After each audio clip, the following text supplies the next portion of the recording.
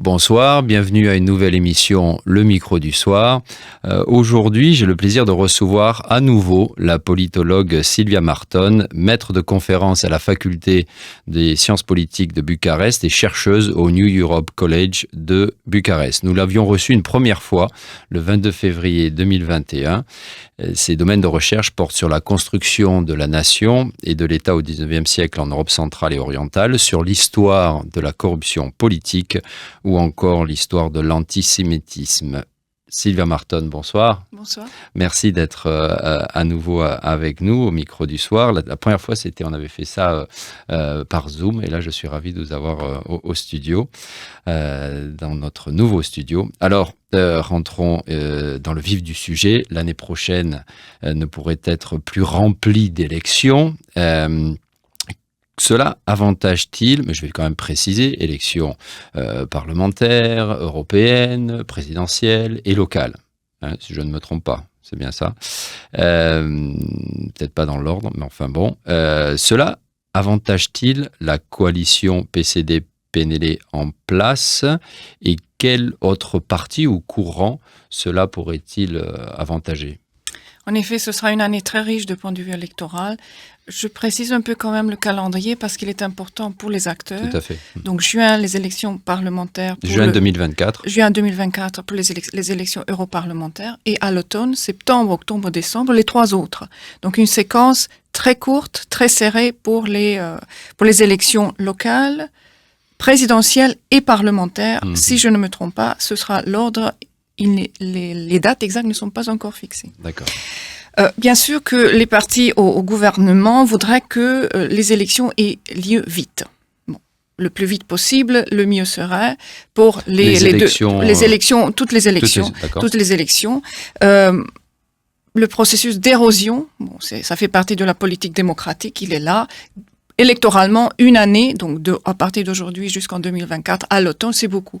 Donc, quand vous parlez de processus d'érosion, excusez-moi, qu'est-ce que vous voulez dire par là ?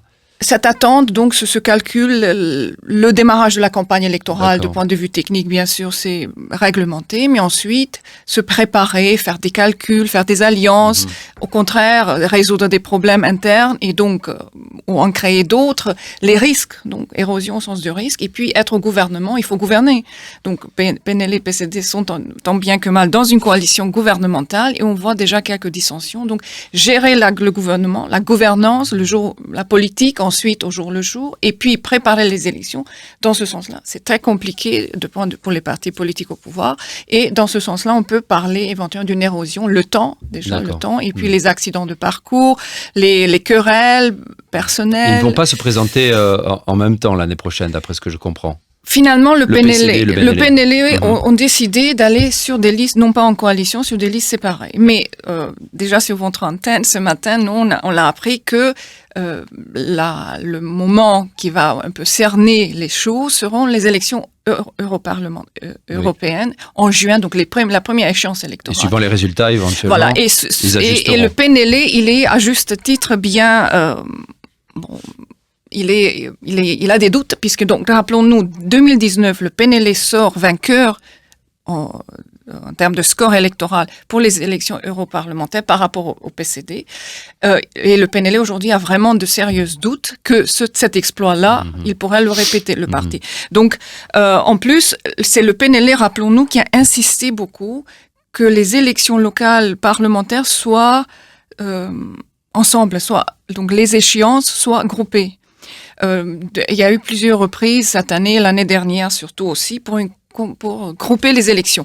Puisque, de nouveau, le PNL est le plus inquiet du point de vue de cette érosion électorale. Il est à la fois au gouvernement, mais en même temps, bien sûr, entrer dans une séquence électorale est plus facile dans une position d'opposition. Les oppositions, en général, en Roumanie comme ailleurs, ont plus de chances, disons, de faire passer un message contre le gouvernement, et donc c'est une position politiquement plus facile à gérer, à construire en discours, en pratique, en mesure, si on est dans l'opposition. Or, le PNL maintenant est une position inconfortable au sein du parti. Il y a des critiques. C'est au gouvernement. Il est au pouvoir, il est dans une coalition gouvernementale, donc il faut gérer les choses au quotidien, administratives, exécutives, etc. Mais en même temps, pour les élections, c'est difficile parce qu'on les électeurs, les votants, tous les regards sont braqués sur le gouvernement, sur cette coalition, donc sur le PNL y compris. Et donc, cette stratégie-là, cette idée, ce discours-là a lancé de temps en temps l'idée que peut-être les élections locales parlementaires seraient bien qu'elles soient ensemble. C'est le calcul un peu de la petite politique, on peut dire, mais en même temps, c'est le calcul électoral de PNL que il faut que la machine électorale tourne. De nouveau, rappelons-nous, 2020, aux élections locales, le PNL a remporté le plus grand nombre de maires. Donc, à cette année, on le voit bien, PNL compte sur l'appui des maires à travers le pays, ils sont bien disséminés, grandes villes, petites villes, pour faire voter, pour lancer la campagne électorale, pour lancer les électeurs, donc pour lancer et maintenir une dynamique électorale. Et de ce point de vue, pour le PNL, le calcul électoral était logique, non, de vouloir minimiser les risques et faire travailler les maires pour organiser l'électorat à la base, organiser les élections pour en profiter à la fois pour les élections locales et pour les élections parlementaires. Ce qui apparemment ce ne sera pas le cas, c'est-à-dire les échéances seront séparées. Ce n'est plus possible constitutionnellement de séparer les élections. D'accord. Petit rappel, Sylvia Marton, le PNL, donc le Parti national libéral, est-ce qu'on peut dire que c'est un parti qui reste de centre droit? Est-ce qu'on perçoit, alors aujourd'hui il est au gouvernement avec le PCD, mais est-ce que dans une campagne électorale pour les locales notamment, est-ce qu'on peut sentir un petit peu de cette politique de centre droit ou pas du tout? Très difficile de répondre à cette question, honnêtement. Difficile de voir une ligne claire de ce point de vue.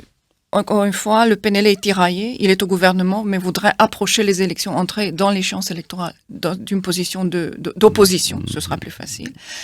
Il y a plusieurs voix au sein du PNL. Il y a des voix qui vont plus vers le centre droit, mais il y a d'autres voix qui sont plus populistes, voire nationalistes. Au niveau local, de même, je ne sais pas si c'est les idées ou les idéologies qui mettent en marche les troupes ou les organisations locales du PNL.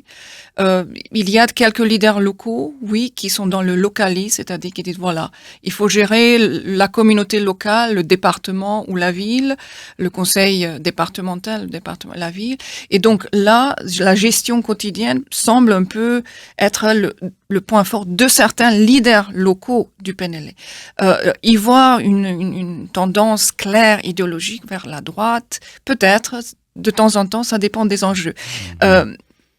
Ça dépend un peu de chaque dossier qui est en discussion. Mais dans l'ensemble, dire que le PNL est un parti de centre-droite, j'hésite à me prononcer de ce point de vue. Ouais. Difficile de se prononcer pour le PCD d'ailleurs aussi, c'est le parti de centre-gauche. PCD d'ailleurs qui est dans les sondages, je crois, il se détache clairement, il est à plus de 30%. Hein, et puis autour d'eux, le PNL est en seconde position, et en troisième position, le parti AUR. Donc si le PCD, à mon sens, si je lis bien les sondages, à mon sens, PCD, PNL plus ou moins oscillent dans leur pourcentage, disons, traditionnel.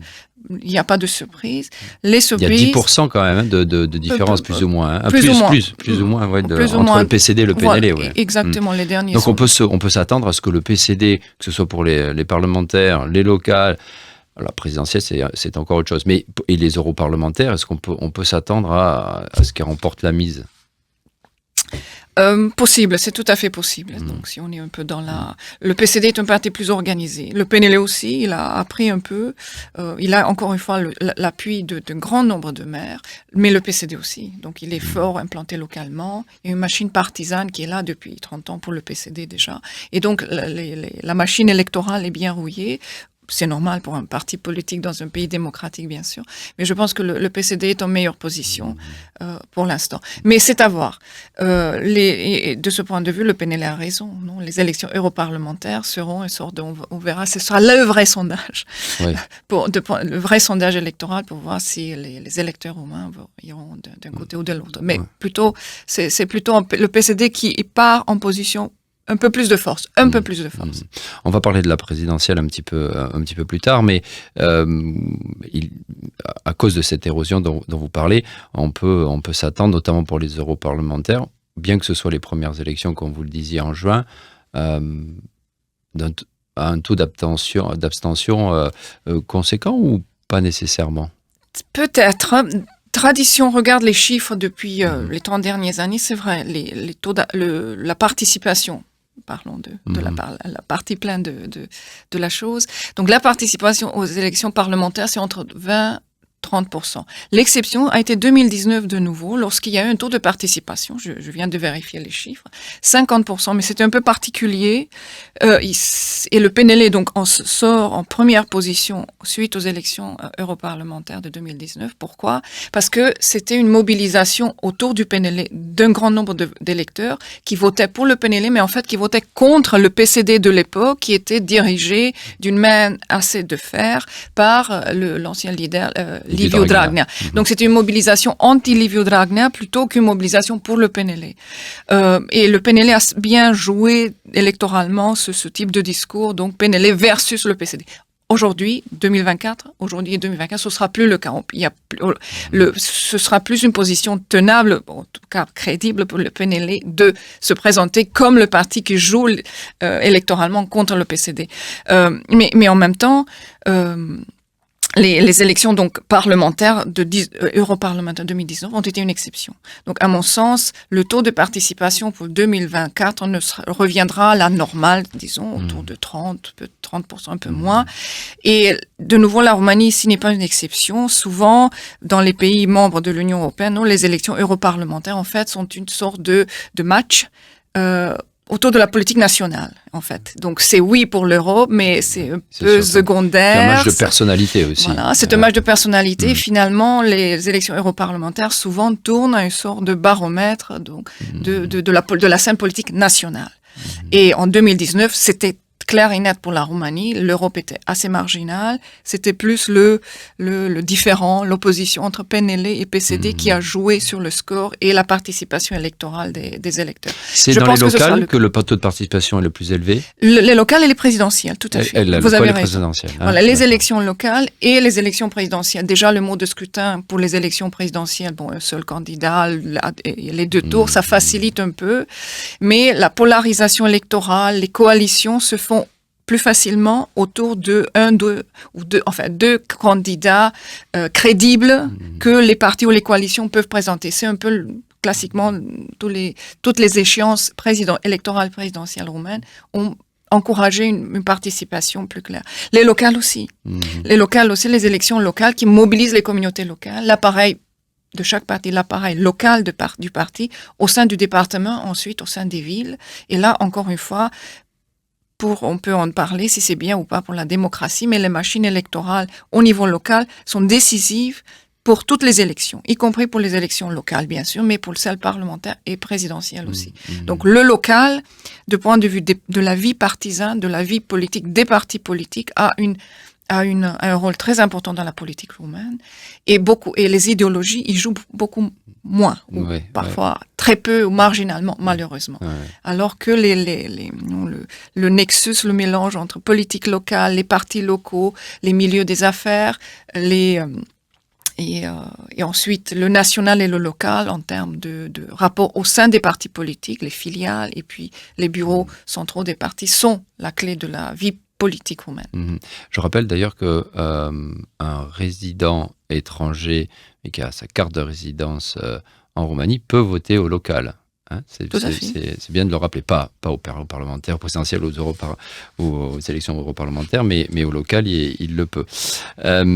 Alors, en préparant cette émission, j'avais envie de vous poser une question sur les courants extrémistes, évidemment, sur AUR, et je vous disais que certains analystes, enfin, j'ai entendu dire qu'il y avait un tassement et que AUR n'avait, en fait, sa marge de progression était relativement faible. Enfin, certains disent que de toute façon, ils vont rester à ce taux-là et qu'on ne peut pas arriver à un scénario à la hongroise ou à la polonaise avec un parti radical et assez extrémiste au pouvoir en Roumanie. Et à ce niveau-là, vous n'êtes pas complètement d'accord ?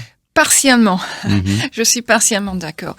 Le scénario à la hongroise ou à la polonaise, donc un grand parti illibéral qui domine la politique, qui domine le Parlement, qui domine le gouvernement, ce sera pas ce sera pas en 2024. Ce n'est pas le scénario de 2024 pour la Roumanie non plus. Pour l'avenir, on verra. Je ne sais pas, j'ai des doutes. Enfin, j'espère que ce sera pas le cas. En revanche, là, partiellement, je suis un peu en désaccord avec ça. Si on regarde pas seulement les sondages, mais le débat public, AUR a, parmi les partis qui comptent sur la scène politique roumaine, AUR a le potentiel de croissance le plus grand. Et il continue de grimper dans les sondages. C'est un parti très actif sur les réseaux sociaux, dans la société, au sens de activisme et de militantisme politique, ce qui est normal pour un parti politique. Donc, mais pour l'instant, ce qui est vrai, c'est que les autres partis ne veulent pas faire d'alliance avec AUR. Donc, AUR est assez isolé. De ce point de vue, donc, nous sommes à l'abri, la Roumanie, je veux dire. Entre le PCD d'ailleurs et AUR, quelles relations y a-t-il? Au niveau personnel, je ne m'avance pas à faire des spéculations là. Au niveau du discours politique là, et là vous avez raison, le discours de AUR n'est pas confiné à AUR, bien sûr. Ce type de discours de la xénophobe, très nationaliste, revanchard, populiste, non, les élites qui sont contre le paysan, le peuple, la nation roumaine, le discours xénophobe, y compris contre l'Union européenne, Bruxelles, et Ursula, donc la présidente de Ursula von der Leyen, qui est souvent attaquée comme si elle dictait, enfin, on va dans le discours de AUR, comme si elle et d'autres responsables bruxellois dicteraient la politique roumaine. Donc, ce type de xénophobie dirigée vers l'Union européenne, mais vers d'autres étrangers aussi, vers les Ukrainiens qui, soi-disant, maltraite la minorité roumaine de Ukraine. Donc ce discours xénophobe, même revanchard, nationaliste et populiste, il n'est pas confiné à AUR. Donc là, on le voit, il y a d'autres groupuscules, d'autres partis qui quand même ont une présence, même dans les sondages. Une partie SOS Romania qui est qui faisait partie, la leader qui faisait partie. Voilà, une ancienne leader AUR, qui est maintenant dirigée par, donc, mais qui est déjà, ce parti est un acteur, enfin, mineur, mais électoralement, en termes de chiffres, en termes d'intention des votes, mais il est encore une fois présent dans l'espace public. Puis, on entend ce parti humaniste, enfin, dont on parle maintenant, puisque le maire du 5e secteur de Bucarest vient de donner d'une manière tapageuse sa démission de ce parti. Donc, ce parti-là, humaniste, social-libéral, je crois, est son nom, lui aussi, il a ce discours anti-système, comme AUR, nationaliste, xénophobe, abat les abus, donc ce type de catégorie tout à fait générale, comme si tout est pourri de la dégénérescence des individus, de la classe politique, de la société, de Bruxelles, du monde chrétien, du monde civilisé. Donc ce type de discours de la dégénérescence morale du système, qui n'a pas des auteurs, les auteurs souvent de cette dégénérescence ne sont pas nommés. Mais ce type de discours, comme ça, englobant, il est porté même par des voix au sein du PCD et du PNL. De même que le conservatisme social. Donc pardon. Excusez-moi, non, je vous ai coupé parce que précisément par rapport à cette, vous parlez de marge de progression de ce genre de parti, pas seulement à AUR, mais on sent qu'il y a une certaine appétence pour ces partis anti-système. Selon vous, le rôle des réseaux sociaux, précisément dans la croissance de ce genre de courant, est-il important, très important ou relativement important? Je dirais que très important, de même que la télévision traditionnelle. Il y a quelques chaînes de télévision qui jouent sur ce type de discours qui fait vendre, qui fait écouter, qui se fait écouter. Donc, c'est un discours qui apparemment donne des solutions. Et ça c'est toujours, ça peut, enfin, il y a un charme, non, dans un discours qui identifie certains coupables, Bruxelles, les Ukrainiens, le blé ukrainien, etc., et qui donne un discours qui donne des solutions, protégeons les Roumains, abat les abus, bien sûr, les abus. Donc, c'est un discours qui signifie plein de choses pour beaucoup d'acteurs. Et en effet, les réseaux sociaux encouragent cette polarisation. Donc, que ce discours crée, donc la polarisation.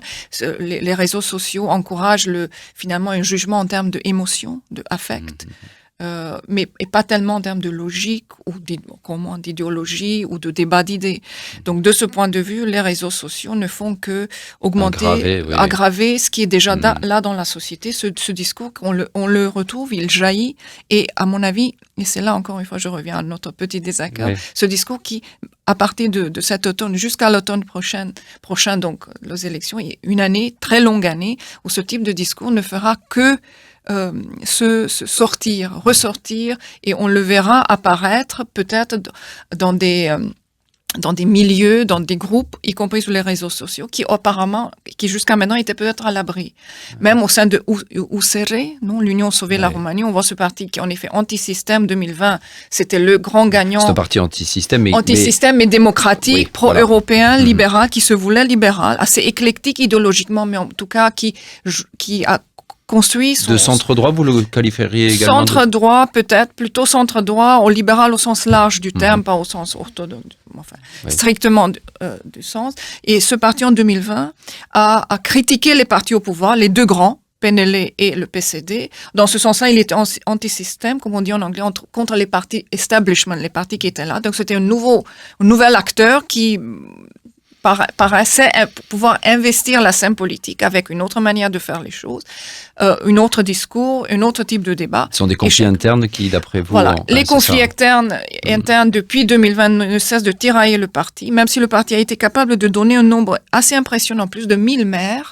Pour un nouveau parti, c'était quand même un succès. Au niveau, de nouveau, 2020 aux élections locales, si je me rappelle bien, un peu plus de 1000 maires pour ce parti. C'était quand même... Il serait en légère croissance d'ailleurs dans les sondages. Également. Dans les sondages, mais on le voit maintenant que ce parti est tiraillé. On a vu là aussi, récemment, ces derniers temps, une droitisation vers ce type de discours nationaliste, populiste, chrétien, de droite. Même chez eux. Même chez eux, on le voit. Sur fond de conflits, en effet, personnels dans le leadership, les leaders, et sur fond de absence de clarté en termes de parti et d'activité partisane. Le parti, malheureusement, n'a pas été à la hauteur de ce que, par rapport à 2020, de ce qu'il promettait en termes d'organisation partisane et de comportement politique. Mais pour revenir à Auge, Sylvia Marton, quand on regarde les électeurs actuels de Auge, de quelle génération parle-t-on? Parce que si on pense à la perspective de ce parti, la question c'est, est-ce que les jeunes Roumains sont attirés par ce genre de discours. Et ce que je vois en tout cas à Bucarest, ce qui a changé par rapport à il y a 10 ans, 15 ans, c'est que même s'il y a toujours une émigration, il y a de plus en plus de jeunes Roumains éduqués qui ne veulent pas de ce genre de parti anti-système et illibéral et qui donc ne seraient pas séduits par un parti comme Auge. Mais ça aussi, c'est le présent et l'avenir de la Roumanie, ces jeunes-là. Alors, qu'est-ce que vous en pensez? Ce qui est le comportement électoral des jeunes, il varie. Donc, à partir de l'extrême de l'abstention, donc absence d'intérêt pour la politique, jusqu'au militantisme au sens le plus noble du terme, c'est-à-dire ils sont impliqués dans la politique. Maintenant, quel type de discours? Est-ce ce discours, c'est le conservatisme social nationaliste qui séduit les jeunes? En effet, moi je dirais que plutôt non. Ce sera plutôt les classes moyennes et d'un certain âge. Et d'un certain âge, voilà, qui seraient plus séduits par ce discours de la Roumanie qui devrait, soi-disant, se protéger contre les différentes menaces internes, extérieures, des crises qui viennent sans cesse. Par contre, ce qui ne facilite pas la vie de ces jeunes, en effet, c'est qu'il y a ce discours, de nouveau, qui met l'accent sur les crises. Nous, on a eu la crise, donc les guerres aux frontières. Ça n'aide pas les choses. Maintenant, la crise au Moyen-Orient, la crise énergétique, de nouveau, le Covid, donc la période de la pandémie. Donc, il peut être sensible à ce discours-là. Ce discours-là, on enchaîne les crises et le discours de type Auge, xénophobe, très conservateur, de peur, en fait. Voilà, qui nourrit les peurs. Ce discours-là, et donc qui ne fait que renforcer le sentiment, la perception qu'il y a crise, peut influencer les jeunes et donc les faire bouger, entrer en politique de ce point, donc, ou en tout cas, comme les rendre actifs et les faire voter, donc qu'ils aillent voter. Mais ce sera pas la dominante. Ce qui est plus clair pour moi, c'est les classes moyennes et puis les certains âges, les plus de 65 ans, en effet, qui sont plus séduites, c'est ce type de catégorie électorale, de catégorie d'âge, qui sont plus séduites par ce type de discours. Mais il y a un danger pour la jeunesse aussi. De nouveau, dans ce type de discours qui dit voilà la solution, voilà le mal, voilà la cause et voilà la solution. Dans un contexte où les deux grands partis, PSD et PNL, on ne peut que s'en étonner d'une manière un peu sérieuse, oui. les manques de charisme. Donc, regardons l'absence de leader charismatique. Elle est, disons, générale. Heureusement, Aoun n'a pas vraiment un leader charismatique. Giorgia Simeone, non, on le voit mal remporter une présidentielle, porter tout un pays autour de lui, non. Mais c'est ce qui m'inquiète, moi, c'est plutôt l'absence de personnages charismatiques de l'autre côté, chez les libéraux ou chez les sociaux-démocrates. Là, et les jeunes, là, s'ils cherchent un personnage charismatique qui puisse les inspirer, ils ont du grand mal à en trouver, ou qu'ils regardent, en tout cas en Roumanie, et ça, c'est assez inquiétant. Et ce qui est aussi inquiétant, c'est que de nouveau, PSD-PNL, si on regarde leur discours, s'ils ne tombent pas dans ce type de xénophobie nationaliste revancharde, ça aussi, ça existe, alors on voit cette langue de bois qui ne dit rien. Et ça m'inquiète, ça aussi. Et les jeunes devraient être eux aussi inquiétés parce qu'ils auront du mal à comprendre qu'est-ce qu'il veut dire ce ministre ou ce chef de parti qui parle qui utilise une langue de bois, des expressions, système, des verbes qui n'ont pas d'agent, les verbes généraux. Mais de notre côté, impersonnels. D'accord. Mais de notre côté, on a vu récemment ces derniers mois, en termes de politique économique, notamment, je pense que ça vient surtout du PCD. Enfin, vous me confirmerez ça, des actions. Alors qui peuvent être critiquables. Hein. Le milieu des affaires, notamment, c'est une grande augmentation des taxes parce qu'il y a évidemment il y a un problème en termes de rentrée budgétaire. Donc là, il y a eu récemment des actions fortes que vous définirez positives ou négatives en termes de politique économique, même si c'est peut-être pas complètement votre domaine. Mais là, on pourrait dire même, je me rappelle dans notre premier entretien que vous disiez qu'il y avait un manque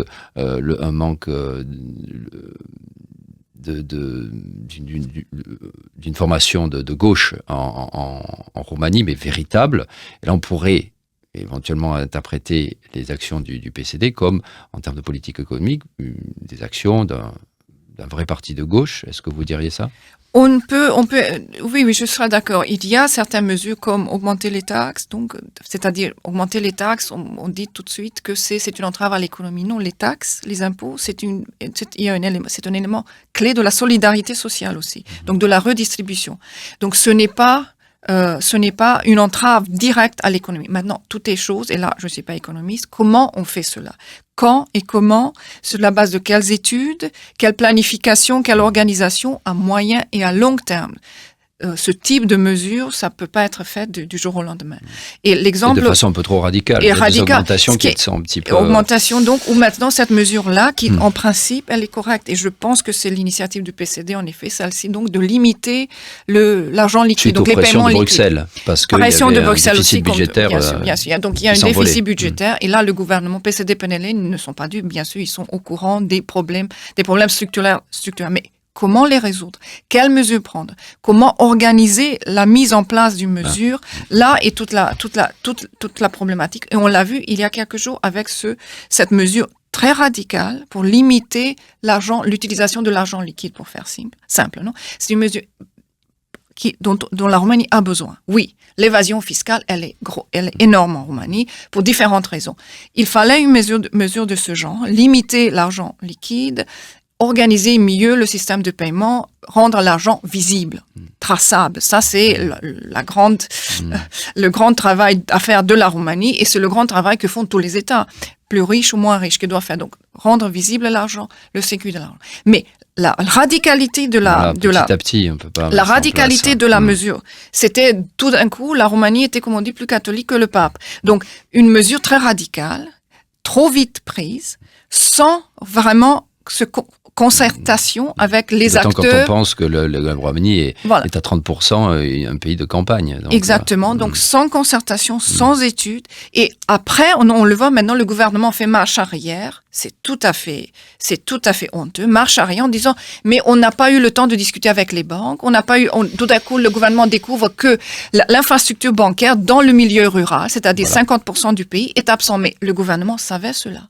Donc, pourquoi on vote quelque chose, on lance quelque chose de radical, une mesure radicale, en principe qui est les bonnes, mais ensuite pour faire un grand pas en arrière, c'est-à-dire pour dire non, finalement on recule, on ne prend pas cette mesure, puisqu'il nous faut des études et voir comment faire les choses. C'est tout à fait amateur, c'est de la politique politicienne, c'est des petits calculs politiques certainement qui sont entrés en jeu, et ensuite il y a eu peut-être aussi certainement une manque d'organisation de base. Et c'est honteux. C'est ce qui m'inquiète plus que les discours xénophobes et nationalistes. C'est cette absence d'organisation et de capacité, d'organiser les choses, une politique publique avec une concertation à la fois au sein du gouvernement, des partenaires politiques, des partis, les deux partenaires, et puis avec les autres acteurs importants de la société, à partir des milieux d'affaires jusqu'aux citoyens et le milieu rural.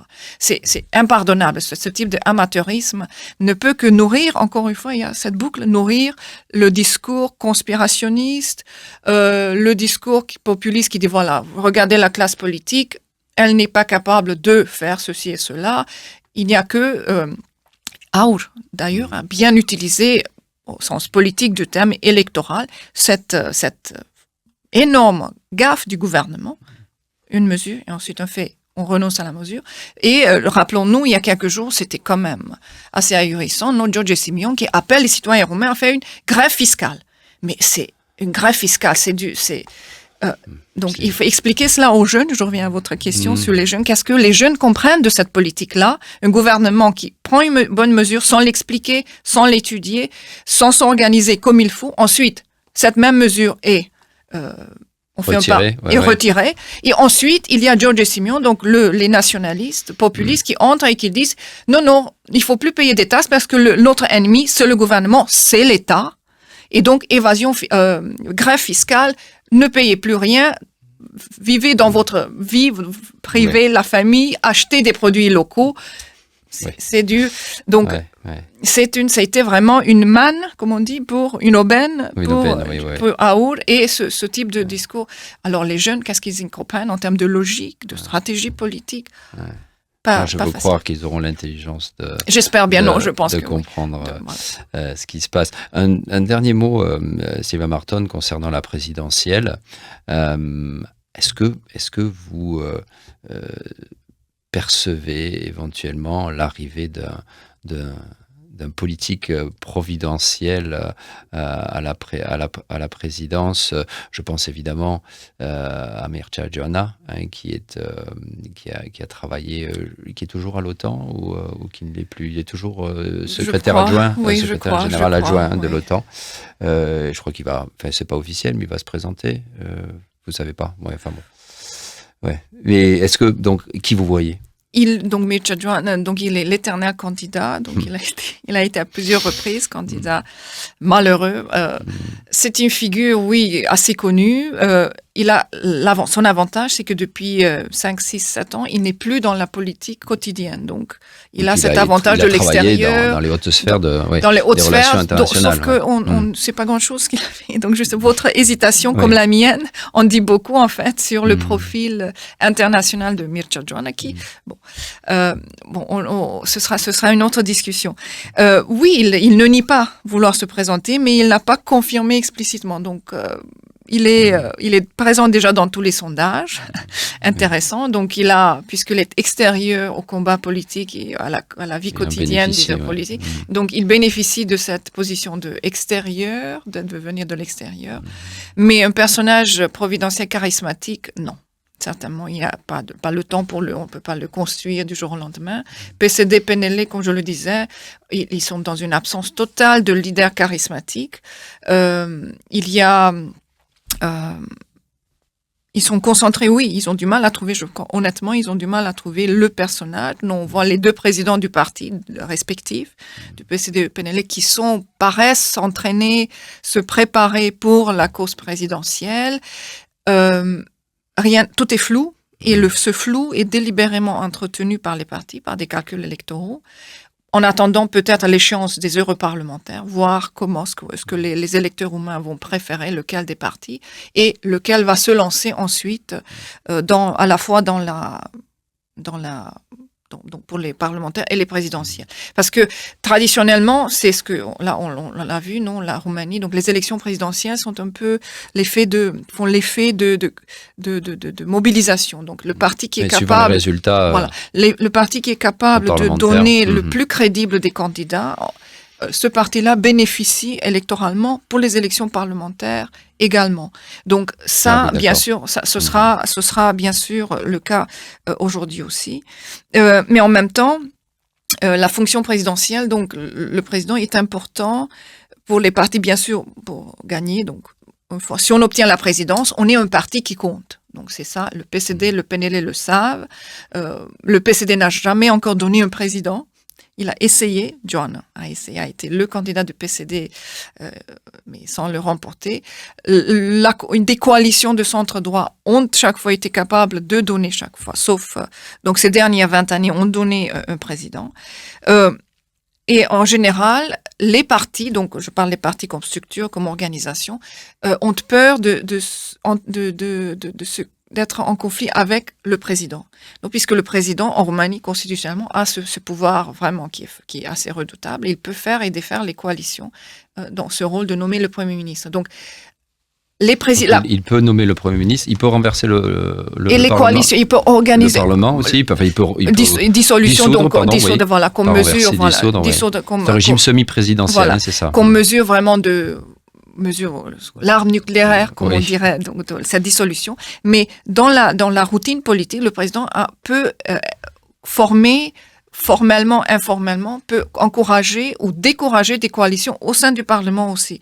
Et la présidence conflictuelle de Traian Băsescu, les deux mandats de Traian Băsescu, c'était une présidence très conflictuelle. Et aujourd'hui, le PCD et le PNL, aucun des deux ne veut une telle situation conflictuelle. Les partis contre le chef de l'État. Ça, ce sera intenable à la fois pour le PCD et le PNL. Et donc, ils le savent, les deux, ils ne veulent pas une telle solution. C'est pour cela, et ça tient un peu pour l'instant, ça, c'est ce qui tient un peu la coalition ensemble aujourd'hui à l'heure où on est, même si, bon, il est clair, les listes électorales en 2024 seront séparées pour les deux, mais ils sont toujours à cette recherche donc d'un leader qui puisse concilier les partis, donc le parti avec lui-même et ensuite les éventuelles coalitions. Et le rôle du président, il est là très grand. C'est pour cela qu'il y a une sorte de coopération. Voilà, c'est cette peur d'avoir un président conflictuel. Un président consensuel. Exactement, consensuel, coopératif et qui encourage la coopération. C'est ce qu'a fait Klaus Iohannis. Les deux mandats de Iohannis, c'était ça. Le non-combat, pour dire cette expression-là, mais en même temps, un rôle au sein du parti, un rôle très important pour le chef de l'État qui a fait et défait les coalitions, les majorités et ensuite, bien sûr, les premiers ministres. Sylvia Marton, merci beaucoup pour ces explications. J'espère que nous aurons certainement avant l'année prochaine, plutôt pendant l'année qui vient, l'occasion de discuter de ces sujets-là une nouvelle fois. Merci d'avoir été au studio de RFI aujourd'hui. Chères auditrices, chers auditeurs, merci d'avoir été avec nous. Je vous dis à la semaine prochaine, même endroit, même heure, Week-end Placoute. Au revoir.